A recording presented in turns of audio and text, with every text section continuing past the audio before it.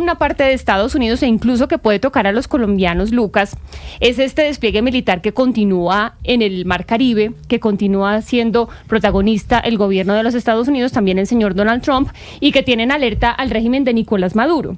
Sí. Y ayer se dio un paso importante en tema legislativo, en tema ya oficial, de la guerra que quiere plantear Estados Unidos contra los cárteles de la droga. Despliegue de los buques, 8 buques, Jennifer, un submarino antinuclear que están hace casi ya 2 meses, hace un poco más de un mes y medio, allí en aguas internacionales cercanas a la costa de Venezuela, en el Mar Caribe, y lo que ayer se conoce primero por el New York Times y luego por varios medios estadounidenses que también tienen acceso a esta notificación, es que Donald Trump envió un memorando, un aviso, una notificación al Congreso, donde determina que Estados Unidos está ahora en guerra con los carteles de la droga. El presidente Donald Trump lo que dice en este memorando es que Estados Unidos está involucrado en un conflicto armado formal con los carteles de la droga que su equipo ha catalogado como terroristas y que los presuntos narcotraficantes de esas organizaciones son combatientes ilegales. Esto es lo que dice este aviso marcado como confidencial que fue enviado a varias comisiones del Congreso de los Estados Unidos a comienzos de esta semana. El documento aporta más detalles sobre la justificación y el marco legal de estos ataques que hemos hablado mucho aquí a 3 embarcaciones rápidas en costas de Venezuela o en aguas internacionales cercanas a Venezuela, que de momento dejan, según la Casa Blanca, la cifra de 17 personas fallecidas. Por supuesto, intentan darle un soporte legal a estos ataques. Subrayan, por ejemplo, que hay más de 100,000 personas que mueren cada año en Estados Unidos por sobredosis y reiteran que esto es un conflicto activo y sostenido, que Estados Unidos ha llegado ahora a un punto crítico en el que debe usar la fuerza en defensa propia, es lo que dice esta notificación. Pues esto nos hace pensar, o nos hace mejor preguntarnos hasta dónde está llegando Estados Unidos y hasta dónde puede llegar en en Venezuela, y de pronto en Colombia, uno no sabe, porque tenemos el despliegue de buques de guerra, aviones de vigilancia, el submarino que usted mismo menciona, Lucas, tenemos este nuevo paso que es un soporte legal precisamente para lo que está haciendo, tenemos la declaración del cartel de los soles que dicen ellos es el régimen de Nicolás Maduro, tenemos una recompensa ofrecida justamente para capturar a Nicolás Maduro, y ahorita tenemos después este paso en el legislativo de los Estados Unidos. Y nos preguntamos hasta dónde va a llegar esto puede llegar a un ataque en territorio venezolano. Vamos a hablar con Benigno Alarcón, él es director del Centro de Estudios Políticos de la Universidad Católica Andrés Bello en Venezuela. Gracias, señor Alarcón, por estar con nosotros. Bienvenido. Buenos días, muchas gracias a ustedes por la oportunidad de conversar con su audiencia. Mire, ya mencionamos pues varios pasos que están teniendo lugar de manera consecutiva y podríamos decir rápida. Según el análisis que ustedes tienen allá en este centro de estudios, ¿esto puede terminar en un ataque real de los Estados Unidos en territorio venezolano? Bueno, a ver, no quiero comprometer al centro de estudios porque la opinión que voy a emitir es más personal que de un equipo de trabajo, ¿no? Pero creo que nosotros estamos en presencia de lo que se puede llamar un juego de gallina, un chicken game, donde es muy difícil retroceder sin daños políticos y reputacionales, sobre todo para los Estados Unidos, que es el actor más fuerte aquí y el actor que pretende de alguna manera ser influyente en el orden internacional. Entonces, si yo no puedo colocar, por decirlo así, orden en mi propio terreno, en mi propio vecindario, pues difícilmente lo puedo hacer fuera de él, como es el caso de Medio Oriente o el caso de Rusia y Ucrania. Entonces creo que lo que se ha puesto en juego discursivamente y en acciones preliminares es demasiado como para ahora sencillamente retirarse sin mayores consecuencias. Así que esto hace prever que una escalada del conflicto es básicamente inevitable. Es muy difícil de que no ocurra una escalada del conflicto. Doctor Alarcón, ha habido críticas a la administración Trump, sobre todo desde el ala demócrata en los Estados Unidos, de algunas organizaciones de derechos humanos, sobre el marco legal bajo el cual se está efectuando este despliegue en el Caribe, esos ataques a las lanchas rápidas. Y en este memorando que se conoce ayer, enviado al Congreso, no se identifica cuáles son los carteles considerados como parte de este conflicto, ni los países bajo qué marco legal se va a actuar. ¿Hasta dónde puede llegar Estados Unidos con esta figura figura, porque en este momento el despliegue se da en las costas de Venezuela, pero Venezuela como tal no aparece identificado, ni el cartel de los soles. ¿Hasta dónde puede llegar Estados Unidos con esta declaratoria? Bueno, a ver, yo en lo personal no soy experto en la legislación norteamericana, pero si nosotros revisamos los antecedentes en otros países, hemos visto por razones diversas, no necesariamente por las mismas que se alegan en el caso venezolano, hemos visto ataques en el territorio de otro país, y eso es algo que viene sucediendo desde hace mucho tiempo. Inclusive ustedes en Colombia seguramente recordarán muy bien aquel ataque que se hizo en territorio de Ecuador en algún momento, coordinado justamente entre los gobiernos de Estados Unidos y de Colombia para aquel momento. Entonces digamos que no sería algo inédito, ¿ok? Yo lo que sí creo es que al final del día haber escalado hasta este punto para mañana sencillamente retirarse no pareciera una secuencia lógica de los eventos que nosotros estamos viendo en este momento. ¿Esto puede detenerse una escalada? Sí, puede detenerse, pero para que se detenga tiene que ocurrir algo que sea muy significativo, algo que de alguna manera justifique el retirarse sin continuar adelante con la acción. Y ahí uno ve escenarios de negociación que por lo menos hasta ahora lucen muy poco probables. Sí, director Alarcón, ¿es posible o usted cree pues que tiene validez hacer una comparación que he visto de varios analistas que comparan la declaratoria que hizo en 2001 George Bush después de los ataques del 11 de septiembre que dice esta gente Al-Qaeda son terroristas, son una amenaza para los Estados Unidos, con esta declaratoria de terrorismo a los carteles de la droga, en el sentido de que esto le da, cuando Donald Trump dice estos narcotraficantes son terroristas, le da luz verde para hacer lo que quiera por encima del Estado de Derecho, por encima de normas internacionales? ¿Es posible esa comparación? Bueno, es evidente que son situaciones completamente distintas y de magnitudes completamente distintas, pero creo que el principio que se trata de invocar básicamente es el mismo, ¿no? Y con una narrativa distinta también, porque hay que recordar que justamente después de las acciones en Irak, de la invasión en Irak, donde siempre quedaron muchas dudas sobre si la justificación que se había dado con relación a que Irak tenía armas de destrucción masiva, después quedó en entredicho y nunca fue probada plenamente. Hay un enorme rechazo, digamos, de las audiencias en los Estados Unidos a que Estados Unidos siga siendo el policía del mundo o siga interviniendo en la vida política de otros países, ¿no? Pero por el otro lado, una narrativa que está basada en todo lo que tiene que ver con el narcotráfico, que es lo que ha venido utilizando la administración Trump, es una narrativa que tiene una resonancia muy importante dentro de los Estados Unidos, porque bueno, quienes de alguna manera tenemos conocidos, amigos, gente que vive en los Estados Unidos, sabemos que el tema de las drogas no es un tema menor. Es difícil encontrar una familia que tenga un hijo adolescente que en algún momento no ha tenido problemas con las drogas. Entonces, al final del día, esto es algo que, digamos, que gana mucho rapport, mucha resonancia dentro de las audiencias norteamericanas, y es la justificación que se ha venido utilizando puertas adentro. Esto se combina un poco con el discurso que se ha mantenido en Estados Unidos principalmente, pero también en otros países, de no reconocimiento al gobierno venezolano después de todas las dudas que quedaron tras la elección del 28 de julio del 2024. Entonces, claro, si uno junta estas dos narrativas, pues encuentra básicamente que la operación no es una operación que puede apuntar solamente a un tema que tiene que ver con el narcotráfico, sino también una operación que busca, por decirlo así, generar una transición política democrática en el caso venezolano. Don Benigno, usted sabe que el gobierno de Nicolás Maduro está compuesto por civiles y militares. La pregunta es, ¿qué puede ceder Nicolás Maduro en medio de esta presión de los Estados Unidos? ¿Qué cree usted que puede dar como garantía a Nicolás Maduro, amén de que el poder no lo vaya a entregar, para que Donald Trump esté satisfecho?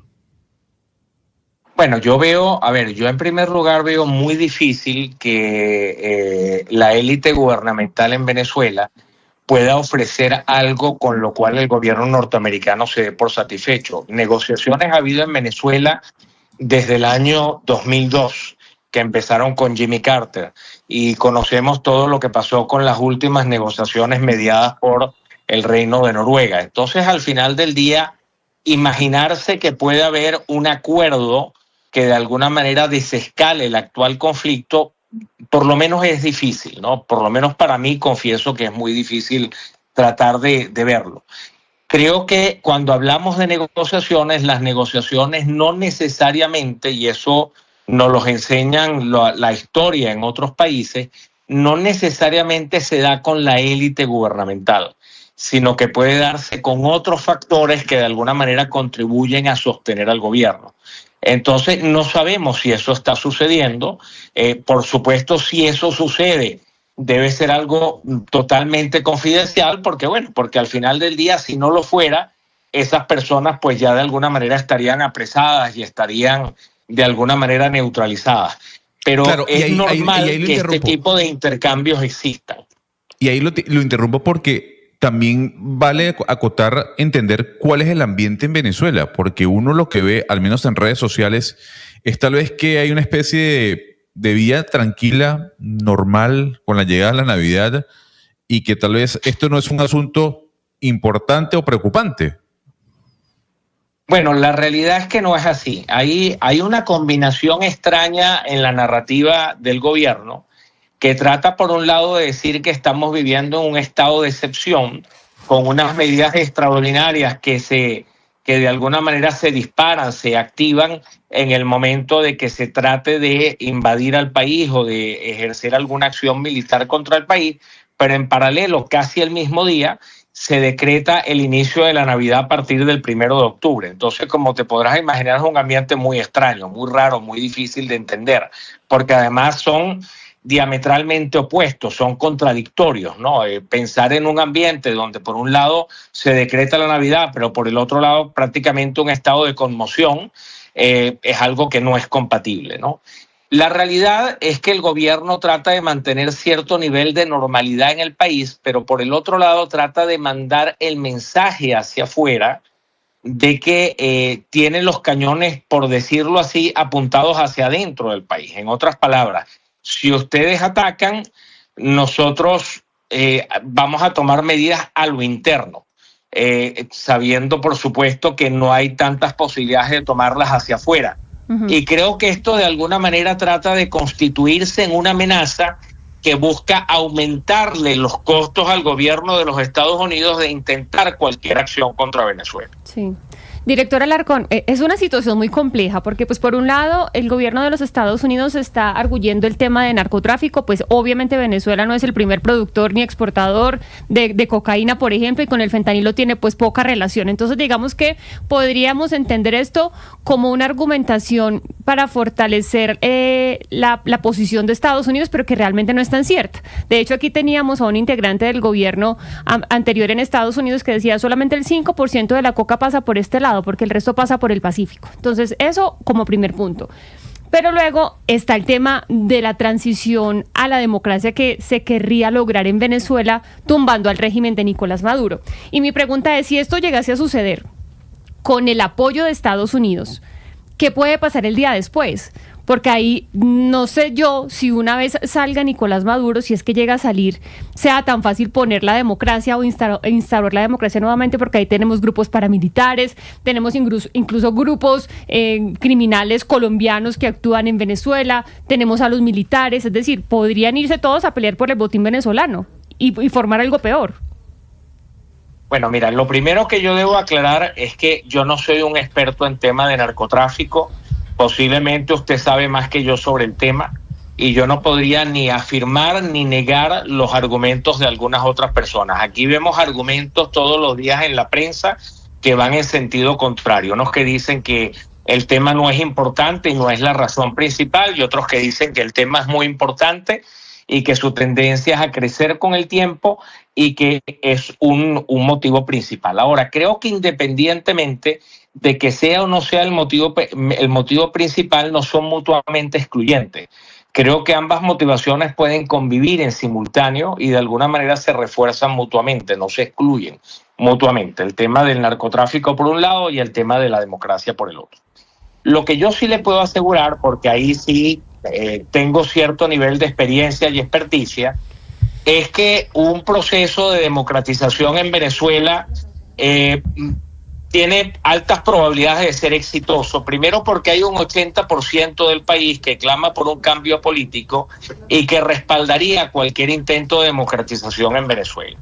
En segundo lugar, si ciertamente hay grupos armados en Venezuela, lo cual yo no soy un experto en el tema, pero suponiendo que los hay, yo creo que la capacidad que ellos tendrían para sabotear, por decirlo así, un proceso de democratización en Venezuela sería muy bajo, y creo que más bien las expectativas están colocadas, que esto se une con la pregunta anterior, las expectativas de la gran mayoría del país están colocadas en que ocurra de una manera preferiblemente pacífica un proceso de democratización en Venezuela. Ese es el gran deseo a nivel nacional, eso lo hemos medido muchísimas veces y es un deseo que se mantiene desde hace años y que no ha perdido ningún impulso, y que hoy en día pudiéramos decir que el 80% del país de alguna manera desea y está dispuesto a hacer lo que sea necesario para retornar la democracia a Venezuela.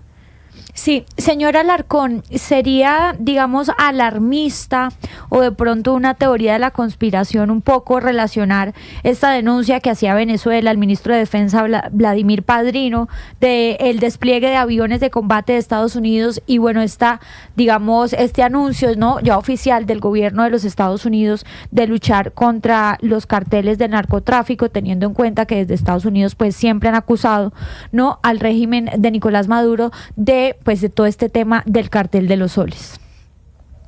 Ok, bueno, déjame ponerlo en estos términos. Yo sí creo que hay unas provocaciones y unas amenazas, como las hay en cualquier, como decíamos hace un momento, en un chicken game o un juego de gallinas.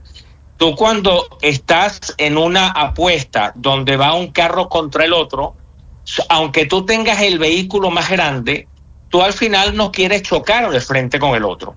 Porque aunque puedes pensar que tú vas a ganar en esa colisión, bueno, hay consecuencias que a lo mejor son impredecibles y que tú preferirías no poner a prueba. Entonces, al final del día, siempre el que amenaza prefiere no tener que cumplir con la amenaza. Pero el que amenaza desde una posición de poder, desde una posición que le da cierta garantía de victoria, al final se ve obligado a cumplir con la amenaza si no logra el objetivo a través de ella.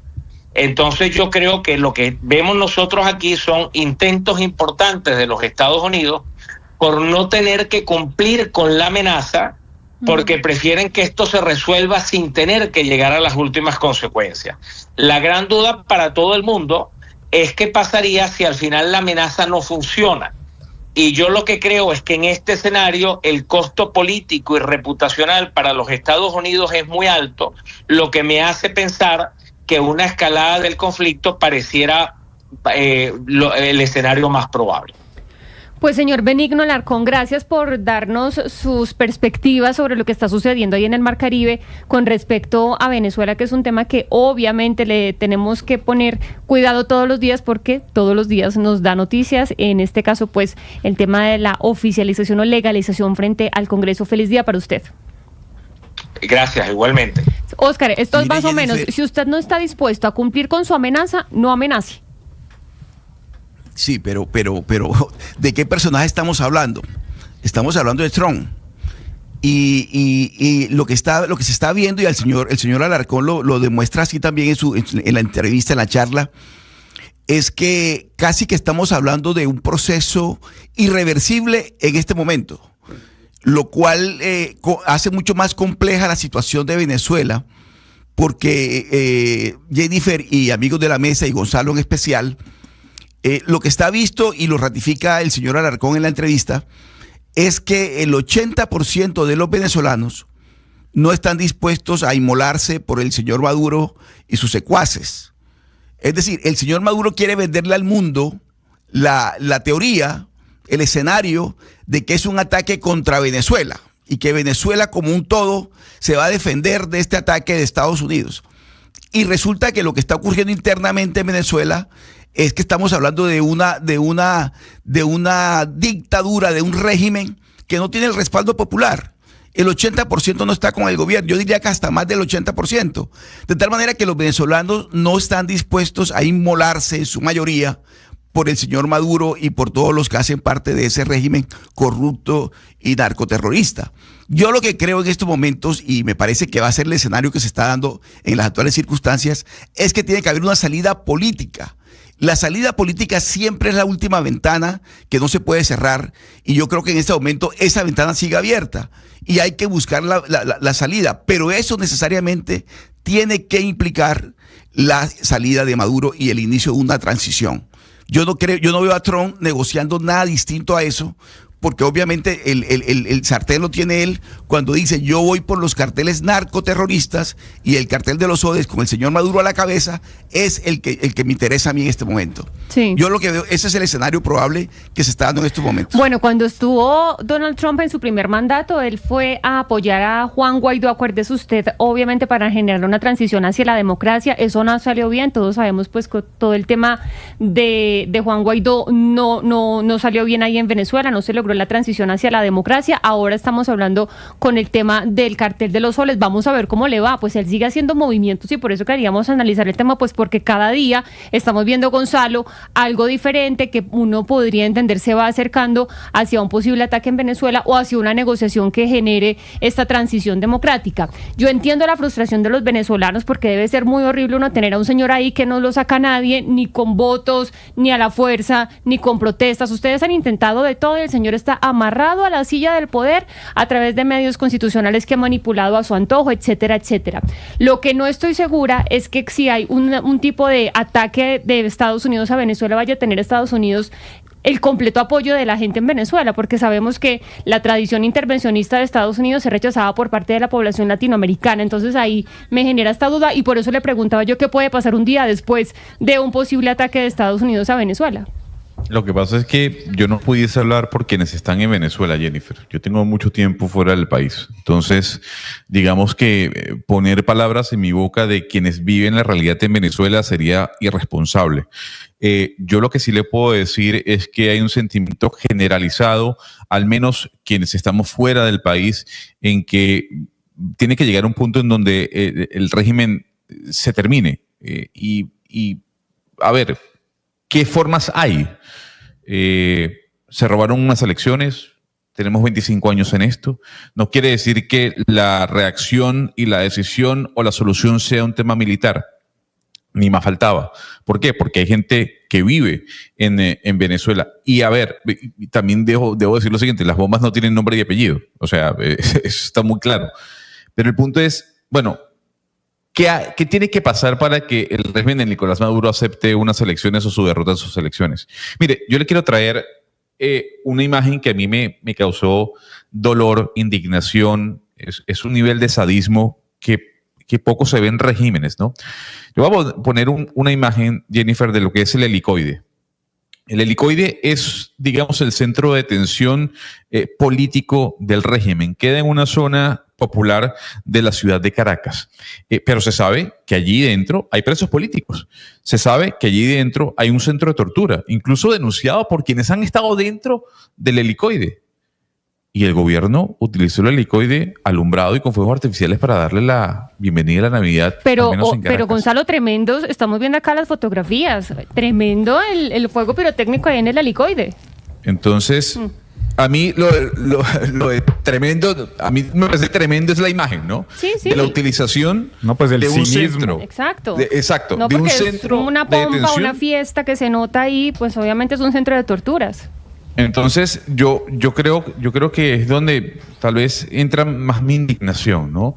El hecho de entender de que este tipo de imagen lo que refleja es que el régimen no le interesa, digamos, negociar o está jugando el fuego con los Estados Unidos. Yo sigo escéptico, yo creo que no va a pasar absolutamente nada en Venezuela de un cambio de gobierno y habrá que esperar, Jennifer, a ver qué ocurre en el Caribe, ¿no? Sí. Si este tipo de presión logra un cambio drástico, valga la redundancia. Última hora, acaba de salir información que ya diferentes medios de comunicación en los Estados Unidos están publicando, y es que al final el interés, al menos el ejército estadounidense, estaría dispuesto a tomar los puertos y aeropuertos de Venezuela. Imagínese. Acaba de salir hace minutos. Noticia importante entonces, Gonzalo, respecto al tema que estábamos hablando. Hacemos una pausa, ya venimos con a una nueva lancha ahí en el Mar Caribe. Acaba de anunciar el secretario de Guerra, lo que hasta hace una semana se le conocía como secretario de Defensa. El gobierno de Donald Trump cambió el nombre de este departamento,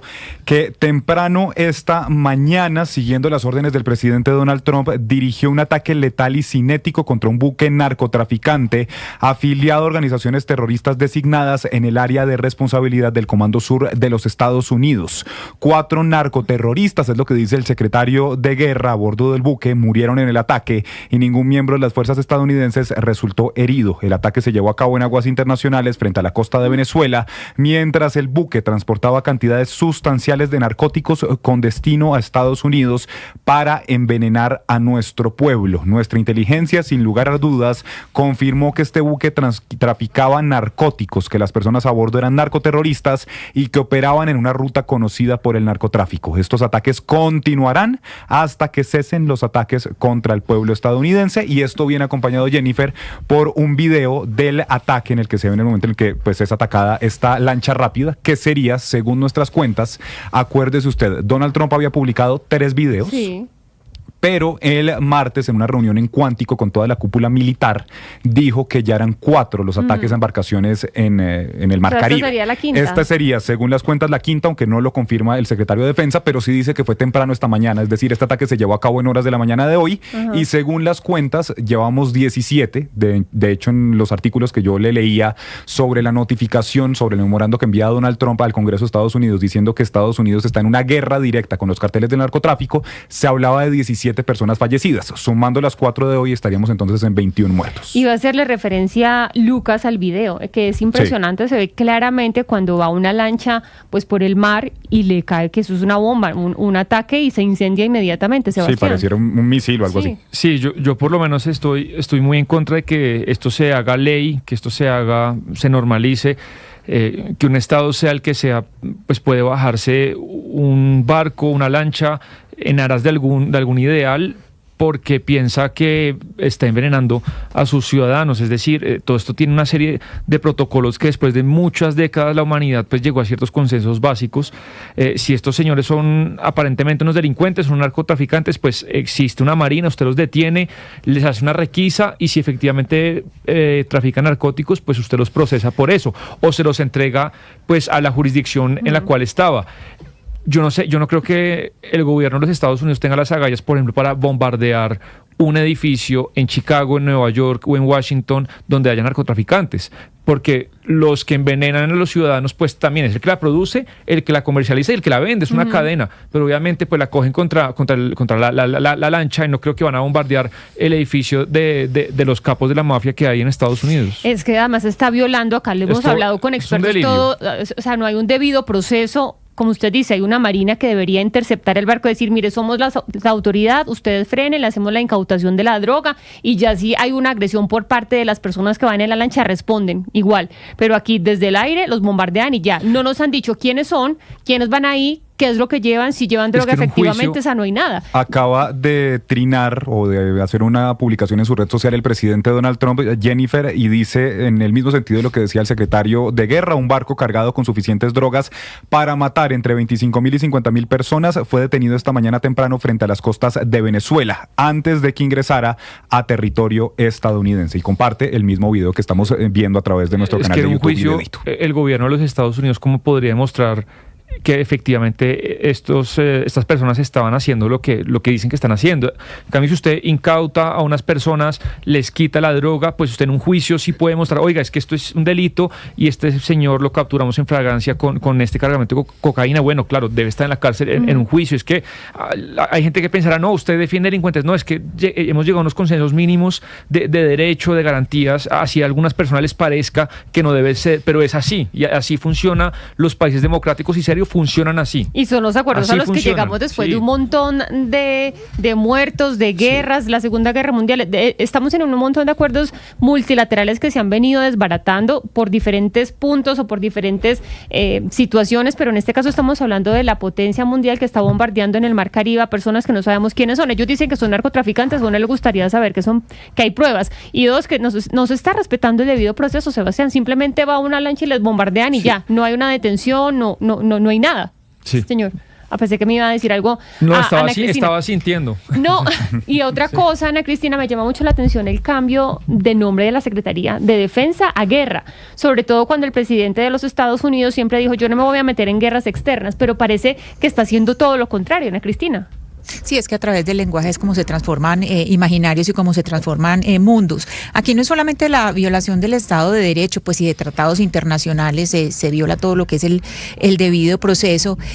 Sí hay, esto le da sentido a que Trump haga lo que hizo hace, pues en 2001, lo que hizo George Bush, que él dice, bueno, esta gente es terrorista y esa clasificación de terrorista tiene dos particularidades. Una, que es prácticamente una luz verde para hacer lo que quiera, porque dice esto es una amenaza para el país, entonces claro, hay que declararle la guerra porque es una amenaza para el país, que es lo que él hizo y que además tuvo un efecto que en el tiempo se ha prolongado y es el estigma sobre el mundo islámico, es decir, sobre personas que él empezó a asociar, que a partir de Bush se empezó a asociar con el mundo islámico y que fue por los ataques y que nada tenían que ver, pero se creó un estigma muy amplio.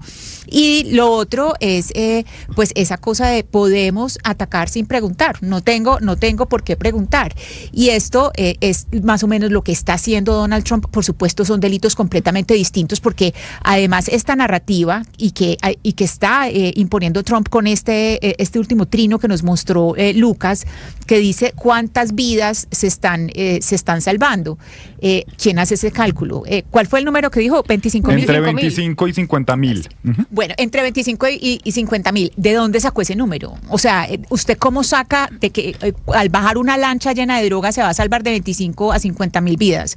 ¿De dónde saca esa narrativa? ¿Será del Ministerio de Salud de Robert Kennedy y antivacunas, que todo se lo va inventando y se lo saca del bolsillo y empieza a decir bobadas? O sea, ¿de dónde sale esa cifra? ¿De dónde sale ese cálculo? Entonces, ahí es donde empieza a imperar esa narrativa. Los estamos matando porque nos están amenazando la vida dentro de los Estados Unidos y eso es lo que le da pues esa luz verde para hacer lo que quiera. Mi pregunta es ¿hasta cuándo otros presidentes van a hablar?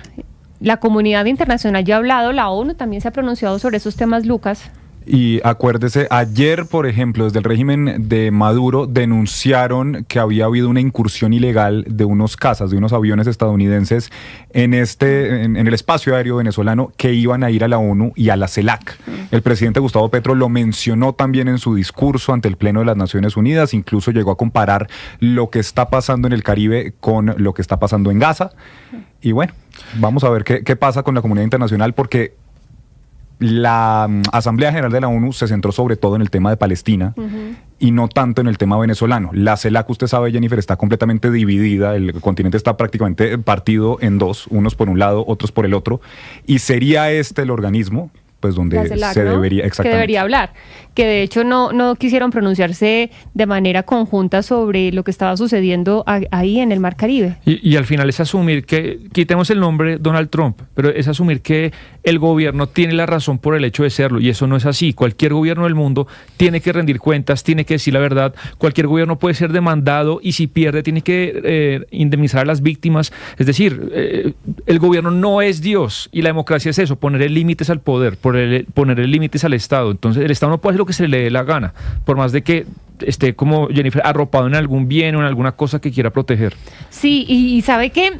Yo no sé ustedes que le responden a muchas personas que dicen pues que esto es contra el terrorismo, que nosotros estamos defendiendo terroristas, narcotraficantes, al régimen de Nicolás Maduro. Es que se tienden a confundir como estas dos vertientes y yo creo que hay una gran diferencia. Sí. Al menos a mí Trump me tiene que, a mucha gente le tiene que demostrar que esas personas lo son. Es que no hay por qué creerle a los gobiernos porque lo son. Es como un poco la línea mía.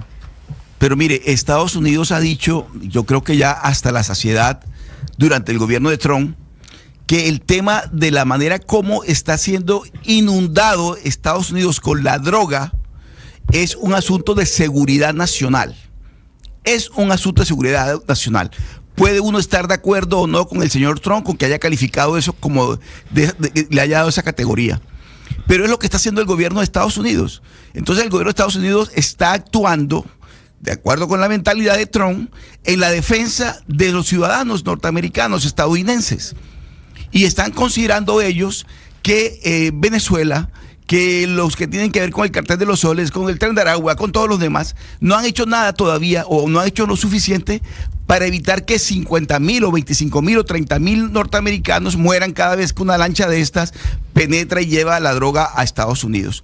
Eso es un asunto que Estados Unidos lo define como tal. Ahora, después del ataque a las Torres Gemelas en el 2001, la manera como se concibe el ataque al terrorismo varió, cambió, las condiciones cambiaron, los protocolos ya no se tienen en cuenta porque se está en presencia de un terrorista, un narcoterrorista, que es lo que pasa con el caso el calificativo que le da Estados Unidos a los narcotraficantes.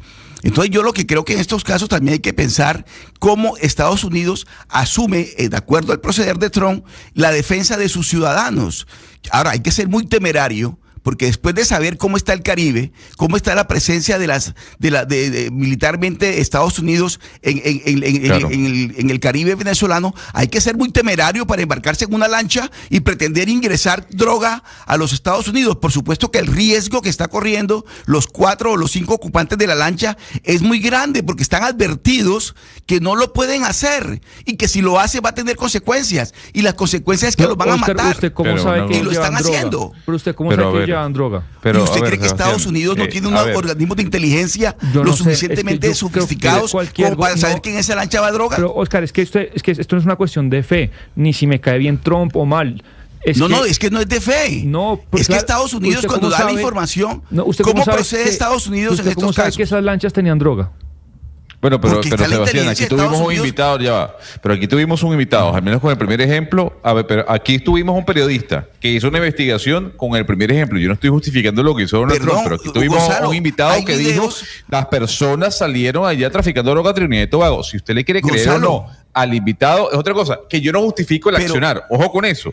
Yo lo que estoy, un momento, Oscar, lo que estoy trasladando es, Sebastián hace la pregunta, ¿cómo usted sabe? Al menos en el primer caso hubo una investigación periodística que demostró que las personas que iban en esa lancha estaban traficando droga a Trinidad y Tobago, sin justificar la acción de Donald Trump. No justifico, pero le respondo su pregunta. No, pues y el invitado lo tuvimos acá. Pero es que esto no funciona así, esto no es un jueguito de Nintendo, Gonzalo. No es que no estoy diciendo que sea un juego. No, pues es que lo pareciera, lo que estamos viendo es pareciera que estas lanchas son unos juegos de Nintendo y nosotros tenemos que creerle a un Estado porque lo dice. Es que las pero Sebastián, usted dice que no es un asunto de fe. Permítame un segundo. Sí, usted dice que no es un asunto de fe. Usted ha visto los videos, no de Nintendo, los videos de las autoridades de Estados Unidos que muestran cómo ellos están botando la droga al mar. Cómo esas lanchas, antes de que los ataquen, están botando la droga al mar. ¿Usted cree que Estados Unidos, con todo lo que ha padecido con el terrorismo, solo basta con recordar el episodio de las Torres Gemelas, va a proceder de una manera sin que esté seguro de que eso es lo que está demostrándose? Oscar, todos los estados del mundo cometen arbitrariedades, usos de la fuerza. Para eso existe el sistema republicano, la democracia, los límites al poder, porque todo el poder que acumula el Estado es gigante. El poder que nosotros le cedemos al Estado para el uso de la fuerza es necesario, pero es gigante, y por eso tiene que haber controles. Y el Estado tiene que defenderse. Y Estados Unidos, cuando un Estado está siendo atacado, se defiende. No, pero ¿cuál atacado de dónde, Oscar? ¿Atacado de dónde? No, yo creo, el señor Trump está diciendo que está siendo inundado por las drogas. Trump lo está diciendo, pero vamos a ver una cosita aquí. Vamos a decir que sí llevan droga, Oscar. Y vamos a decir que el señor Trump está diciendo la verdad, aunque no nos han mostrado pruebas, porque pruebas no se han mostrado. Acá Gonzalo habla de esta investigación periodística de un colega ahí en Venezuela, de la primera lancha. No tenemos más investigaciones periodísticas de las siguientes, pero vamos a decir que es verdad. Eso, digamos, avala a un gobierno a bombardear desde arriba en aguas del Mar Caribe a unas personas que llevan droga. ¿por qué no hacen el debido proceso, interceptan, les incautan la droga y si son agredidos ahí sí disparan? Pero es que a ver, no lo repito, no estoy justificando el No, yo comportamiento estoy del señor preguntando Trump. nada más, No lo estoy preguntando. Es decir, justificando. por donde se El le mire, eso señor es una Trump arbitrariedad. Ya sabemos lo ha que piensa dicho- Trump, Oscar. Estamos desgranando el hecho. Ya sabemos lo que Trump piensa. Por eso. Por eso estamos desgranando El señor- el yo hecho. no lo estoy justificando. Bueno, pero Trump Yo puede no lo estoy decir lo que justificando. quiera, Oscar. Y Petro o cualquier presidente. Estamos acá desgranando si esto tiene que normalizarse o no. En este espacio, pues que Y se está normalizando y por eso me pregunto yo, ¿hasta cuándo van a hablar otros presidentes? Porque eso se está creciendo. Estamos hablando ya, según nuestras cuentas, 4 o 5 lanchas Sí. bombardeadas de manera pues arbitraria, sin ningún tipo de prueba que nos hayan mostrado a nosotros, al menos como medios de comunicación. Pero mira, hoy es viernes, Lina, y es viernes de patos al agua. La campaña presidencial del